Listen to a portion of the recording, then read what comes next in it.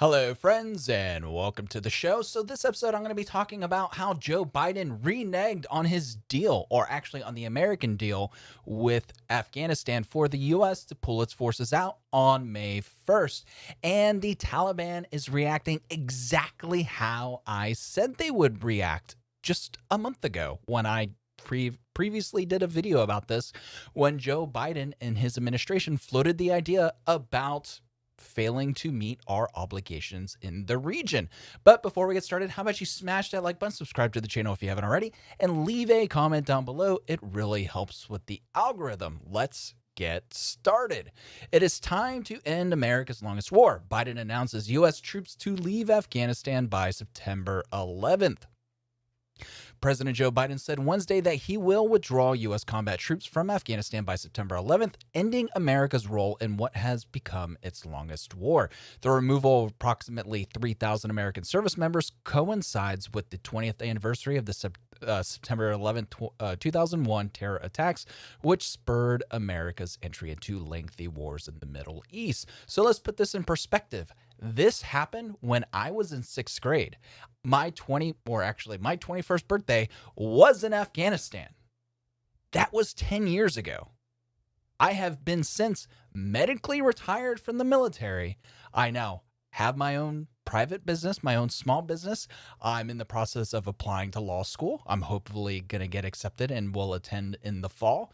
So I've lived an entire life. There are people fighting in this war alongside their children. This is bonkers, but it's only going to get worse, and I'm going to explain why here in a minute. It is time to end America's longest war.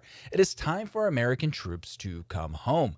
Biden said that he coordinated his decision with international partners and allies, as well as the Afghan president Ashraf Ghani.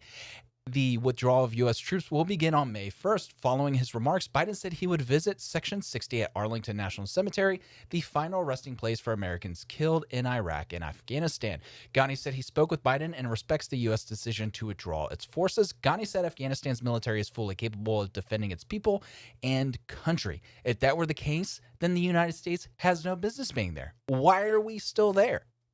We're there to protect our interests. We're there to help protect the established government that we helped put into power. Because as soon as we leave, the Taliban is going to run roughshod over Afghanistan. And it ain't going to be pretty, folks. A senior administration official who spoke on the condition of anonymity said Tuesday that the orderly withdrawal of U.S. and foreign troops from the war-torn country could happen well before September. The official added that Washington is prepared to strike back hard if American troops are attacked ahead of the September departure. So, remember how I said it ain't going to be pretty? Well, the Taliban has already threatened U.S. troops, basically saying, hey, U.S., we had a contract and you're backing out of it. So you know what we do to those who back out of a contract with us, the Taliban? We chop off their heads. We lob missiles at them. We blow them up as they're driving down the street, because that is our standard operating procedure. That's how we have conducted business for dozens, for scores, for hundreds of years in the region. That has been what has been done. This is bonkers for the White House to believe that anything different would happen. CIA Director William Burns acknowledged in testimony before the Senate Intelligence Committee Wednesday that Washington's ability to act on threats will be diminished by the U.S. withdrawal. However, Burns said some U.S. capabilities will remain in place. When the time comes for U.S. military to withdraw, the U.S. government's ability to collect and act on threats will diminish. That's simply a fact. It is also a fact, however, that after withdrawal, whenever the time comes, the CIA and all of our partners in the U.S. government will retain a suite of capabilities, some of them remaining in place, some of them we will generate that can help us to anticipate and contest any rebuilding effort. So, we already have documented evidence, it's already been reported, that there's about 1,000 more troops in Afghanistan than was originally reported. They kind of played the same shell game that they did in Syria, but a little more clandestine in nature in Afghanistan. So what they didn't count, or what they don't count in troop counts, is, so officially there's 2,500 to 3,000 troops in Afghanistan, but there's another 1,000 special operation forces soldiers connected with the agency, with the CIA, the FBI, with all these lettered agencies not directly affiliated with military operations, so they're not counted as part of the boots on the ground of the United States military because they're there on behalf of the CIA. So that's a way of getting around whatever cap, whatever troop cap you are wanting to establish in the region. But so they're openly admitting, hey, we're probably going to keep about 1,000 troops on the ground because we need our assets there. We need to ensure that the Taliban doesn't just overthrow the government within 6 months of us leaving. We can't have that happen.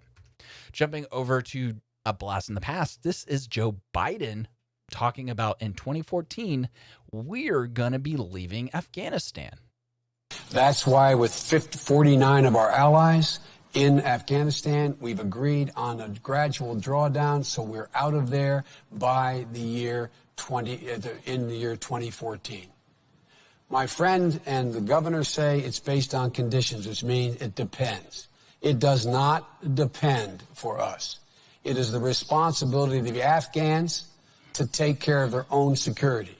We have trained over 315,000, mostly without incident. There have been more than 24 cases of green on blue where Americans have been killed.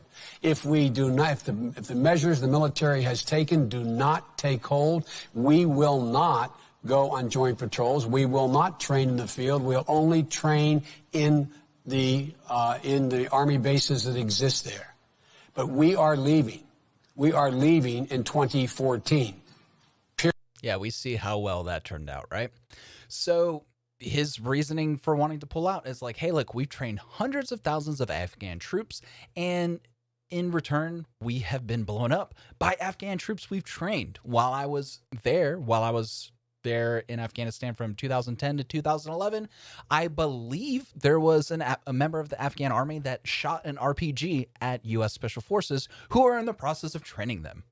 So honestly, at a certain point, we just need to cut sling load and just, hey, we're going to cut our losses. We're going to leave because there is no point. We can't keep sending Americans there to die if there's no outcome that we can agree upon between the Afghan population and the United States government. If we can't come to some sort of mutual agreement as to what our goal shall be, then we have no business being there. Sorry, because all you're doing is needlessly sending Americans, primarily American men, but American men and women from the ages of 18 to 40 in the prime of their life to get physically, emotionally, and mentally damaged through war.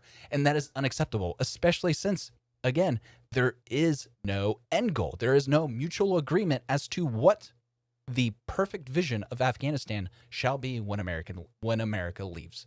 And that is a problem. There's no reason to be sending troops for no reason. All you're doing is just sacrificing your country's treasure, your nation's treasure. And now I'm sounding like Sean Hannity, and I really dislike that. Jumping over to Axios. So I think there's a couple reasons why the U.S. presence is going to be extended. You're having these sweetheart contracts being awarded to Raytheon, and that's extremely important to point out. And then also this has to do with the border, but I think it's applicable to what's happening in Afghanistan. There's a no-bid contract worth 12 times more than the yearly revenue from this company to finish sections of the wall on the border. And the reason behind this, well, maybe not a reason, but there's definitely a correlation. It was a former Biden transition official had been hired by this organization, and now this organization received this sweetheart deal after hiring a Biden official. It is just bananas. It is the second largest ever awarded by the agency overseeing the migrant child program. So second largest contract ever handed out happens to be handed out to the organization that hired a former Biden official. What's going to be happening in Afghanistan? You already see these sweetheart contracts magically going through to Raytheon. What is going to happen to these other companies who are now hiring Biden officials? We need to keep an eye on the money. We need to keep an eye on the personnel. Jumping over to the Daily Beast, Taliban boycotts key peace talks after U.S. pull-out delay. This was from yesterday. And from Yahoo News, Taliban promises nightmare for U.S. troops in final Afghanistan stretch. I told you. I told you this a month ago.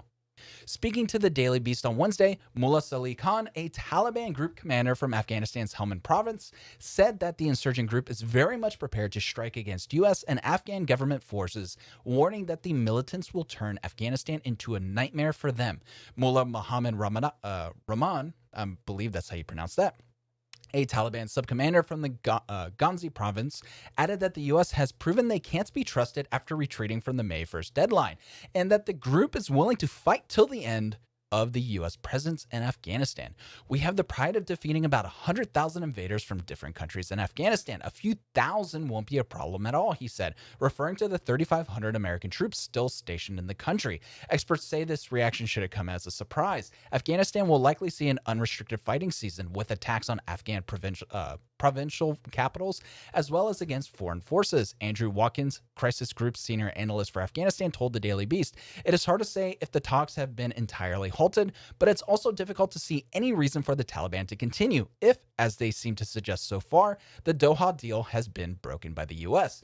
There were signs of violence to come even before U.S. officials shared the news of extending the deadline, when rumors of a seemingly inevitable delay were swirling both domestically and abroad. Most drastic among them was one video shared across their social media platform last week, portraying what appears to be the Taliban's training facility somewhere between the mountains of Afghanistan and Pakistan. The 50-second clip, made in English for the benefit of international parties, shows an assortment of 50-odd young men, part of the Taliban's martyrdom-seeking forces of suicide bomber and fighters, dressed in military fatigues and with their faces covered. Guys, so this is what I'm going to lay out for you. This is what I believe is going to happen in Afghanistan. I do not believe that the U.S. is going to pull out by September 11th. I don't think it's going to happen. I believe you're going to see some sweetheart contracts being handed out to former Biden officials. It's definitely going to be something that will happen for sure, along the lines of what's happening with that migrant child facility. So what's going to happen is the U.S. has broken its contract with the Taliban. And like I said earlier in the video, the Taliban does not tolerate people breaking the contract. They said, hey, there will be peace. Get the hell out of our country. Get the hell out of our yard so we can do what we do best, which is not good things, right? To be objective, or at least to be a moral, what's the opposite of moral relativism? When I'm transposing my morals onto the Taliban, they're not good people, right? But they're willing to be peaceful as long as we hold up our end of the contract to us, because we can't come to some sort of mutual agreement as to what Afghanistan should end up. So we're saying, hey, we're sick and tired of being here. We're going to leave. But Biden comes in and does not like Trump, wants to undo all the peace that Trump has managed to accomplish.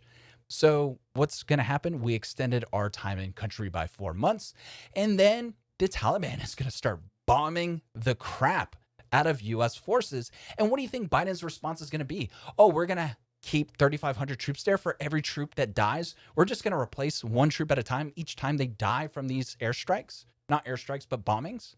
No, that's not going to happen. What is going to happen are more sweetheart contracts with Raytheon. He's going to send thousands of more troops in theater to deal with the assault on American forces. And by dealing with these assaults on American forces, it's going to lead to a giant shit show. So that's going to be it for now, friends. I might post another video later. If not, I'll see you all tomorrow. Have a good one. Bye.